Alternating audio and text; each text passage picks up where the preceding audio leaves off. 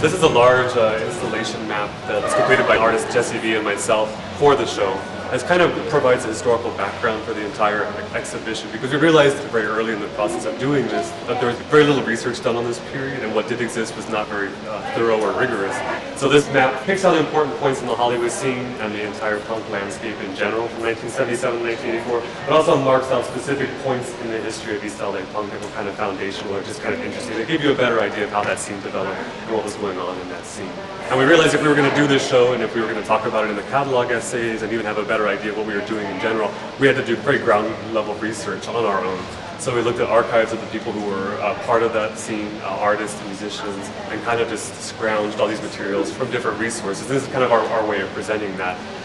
Part of the point of the map is to emphasize the fact that everything, all the venues and all the outlets for zines, for records, for gigs and things like that were largely concentrated over here and later on by like 78, 79 in downtown. And so we're kind of setting that in relation to what was going on in East LA. And although the bands would later be able to play clubs in Hollywood, you see you have some very few points over here where things were actually happening. And the reason we have question marks behind some of them is because we've come across these in research, but we're not quite sure. So we're hoping people answer those questions for us because we want to know. A lot of these materials will be on a database at the UCLA Chicano Studies Research Center so that we're creating kind of a foundation for future research in the process of doing the show. And through this map, I think you get the sense, and this is what we're hoping to convey, is the reason that the VEX started. And the VEX started in the self-help graphics in East LA, which is already a cultural arts center. Joe Vex was a beer salesman for Budweiser, wasn't he? I think Miller. Miller or something? And I remember when he delivered these cases of beer right before these insane gigs in somebody's garage or backyard or some studio. He was like catching on to something was going on because it was the synergy of the scenes was amazing. And to his credit, he just went for it. I think he gave the East LA scene an epicenter of its own. Just as artists in the East Side needed a place to exhibit and produce their work because all those facilities and all those institutions were on the West Side, musicians also by 1979 were needing that kind of space because the bands that were starting in East LA by 1979 couldn't get gigs in Hollywood clubs. The idea was like from 77 to 79 during the early LA punk scene, it was very fluid, very open, very experimental. Anyone could show up and join the band. By 1979, which most people would mark as the end of the early LA punk scene, it became much more closed off. You have a lot of cliques. The clubs are booking kind of bands that are established, and you have the onset of hardcore, which is pretty much, for the most part, a movement for young white men, right? So the band starting in East LA didn't necessarily have a place in Hollywood at that point when they were all starting out around 1979, 1980. So they were all playing backyard parties, disco dances, high school dances, until the VEX started. And they all kind of came together and a scene was born, and a kind of multi-dimensional scene that also involved the arts as well as music. And it became kind of a place, it only lasted for 6 months, but it was enough for a scene to coalesce, for other musicians to meet each other, for other artists to meet the musicians. And it kind of started a long period of collaboration between that group of people that lasted 3 or 4 years, 4 to 5 years, where musicians and artists were kind of exchanging very fluidly. There were fashion shows and photography, poster production, album cover production, performance art.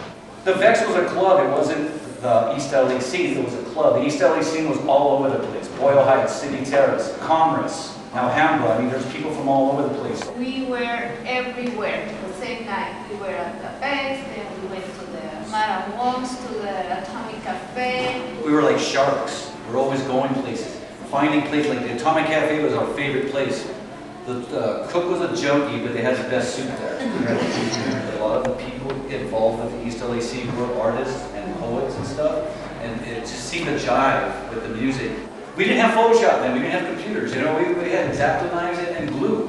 Doing a cut and paste flyers, because that's what everybody was doing, was cut and paste flyers. Because I had a print studio, and it was just a struggling print studio in Highland Park, I was the one willing to go, well, let's just make some screen posters now. Look at the Xerox flyers, let's like put down some colors. You look at the Brat cover, you know, I don't know what Richard was thinking when he was doing that, but look at all the colors he put to it, and it stood out, you know, and it was amazing. You know? This is a punk prom poster, a show that took place at Self-Help Graphics in Art, the space where the VEX was held. This actually happened slightly before the VEX and probably kind of in some ways laid the foundation for the idea that it could be a music venue. The band X playing, obviously. It's a poster done by Richard Duardo, the master printmaker, who'd already done posters for the Screamers and the Plugs, and would end up founding Fatima Records. And I'd seen this, actually I found this exact poster when I was working at Self-Help Graphics and found it in the bottom drawer of something, no one knew it existed there. But like a lot of things in the show, material that people haven't seen, and I think that's the larger point we're making, is some of these things that we're taking as kind of ephemeral flyers or publicity material are actually kind of aesthetic objects in their own right, and they serve a spot in that history as well. Because I'm coming to this as a fan. What was it like to be an angry young female from the neighborhood looking for outlets? You look around here, you look at all these pictures and stuff. How do you think Teresa felt, being the only female starting in the East LA scene in an all-male band? Must have been tough, you know?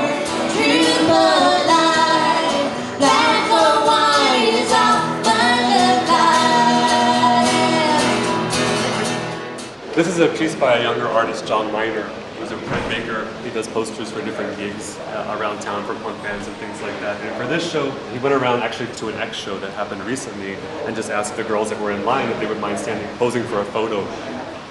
And it's still cool because it's not computerized, it's still done by hand. You still gotta burn a screen, you still gotta get the ink and scrape it down, you still gotta get those colors together. So it's great because everything is done by hand.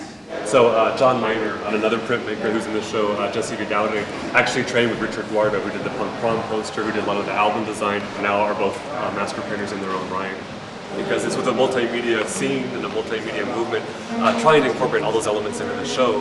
And Diane Gamboa, who was a part of the original scene, who was a photographer at the time, an artist, kind of like a multimedia artist doing photography and fashion design, and she created for us a large installation that kind of replicates some of the backdrops she used to do for the bands. But it's a great piece. It's enormous, and she did it just particularly for this show.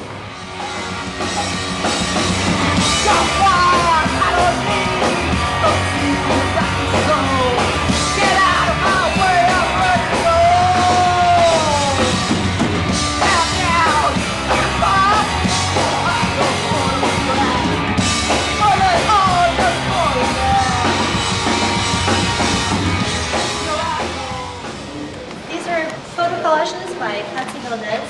They are from 1987, and they haven't really been shown before. They were kind of in a dusty state. Yeah, they were sitting in her garage collecting dust.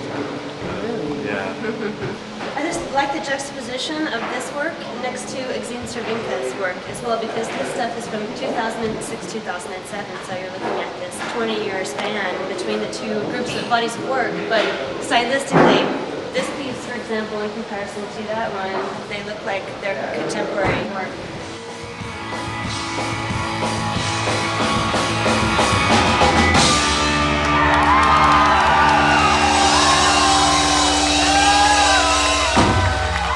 When the gigs were over, if the band managed to wind up with $60 for their part, and you watch them split it $15, you realize that this was not about making money.